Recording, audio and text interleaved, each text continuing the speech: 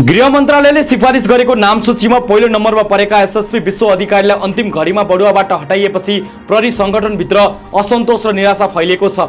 इमानदार, कर्मनिष्ठ र नतिजामुखी अधिकृतका रूपमा चिनिने अधिकारीले आफ्नो कार्यक्षमता र नेतृत्वद्वारा संगठनभित्र उच्च सम्मान कमाएका थिए। काठमाडौँ प्रहरी प्रमुखका रूपमा रहेर उनले जनजीवन सुधारदेखि आपराधिक नियन्त्रणसम्म उल्लेखनीय उपलब्धि हासिल गरेका थिए। केवल 6 महिनाको छोटो समयमा नै उनले 5500 भन्दा बढी अपराधी पक्राउ गरी राजधानीलाई तुलनात्मक रूपमा सुरक्षित र अपराधमुक्त बनाएका थिए। उनले चक्रे मिलन, सानुभाई जस्ता कुख्यात गुण्डा समूहहरूलाई नियन्त्रणमा ल्याउँदै अपराधी जगतमा त्रास सिर्जना गरेका थिए। यस्तो सफलतापछि पनि बडुवाबाट रोकिएका खबरले संगठनभित्रका इमानदार अधिकारीहरूको मनोबलमा नकारात्मक असर परेको छ।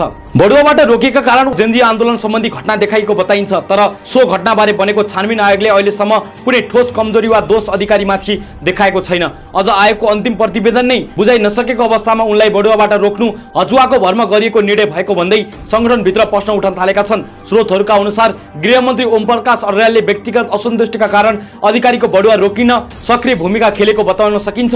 त्यस्तै हालका प्रहरी महानिरीक्षक आइजिपी चन्द्रकुबेर खापुङले पनि यस विषयमा स्पष्ट अडान नलिएपछि अधिकारीको रूपमा अघि बढ्न नसकेको बताइन्छ। प्रहरी वृत्तमा चर्चा छ, जेएनजी आन्दोलनको घटनामा खापुङकै नाम पनि जोडिएको हुँदा सम्भावित कारबाहीबाट बच्न उनले अधिकारीको बडुवा रोकिने रणनीति अपनाएका हुन सक्छन्। वरियताको पहिलो नम्बरमा रहेका र कुनै पनि घटनामा दोषी नठहरिएका एसएसपी अधिकारी डीआईजी पदका लागि सबै दृष्टिले योग्य उम्मेदवार हुन्। उनको बडुवा व्यक्तिगत सम्मान मात्र होइन, सम्पूर्ण प्रहरी संगठनको मनोबल र नैतिकताको सवाल हो। इमानदार र नतिजामुखी अधिकृत को सम्मान नगर्ने अभ्यासले संगठनभित्र अन्यायको संस्कार गाडा बनाउँदै लैजाने जोखिम बढाएको छ। त्यसैले वर्तमान आइजिपी दानबहादुर कार्कीले निष्पक्ष र न्यायपूर्ण निर्णय गर्दै एसएसपी विश्व अधिकारीको बडुवा सुनिश्चित गर्न अडान लिनुपर्छ। संगठनभित्र न्याय र समान अवसरको भावना जोगाउन यो कदम आवश्यक छ।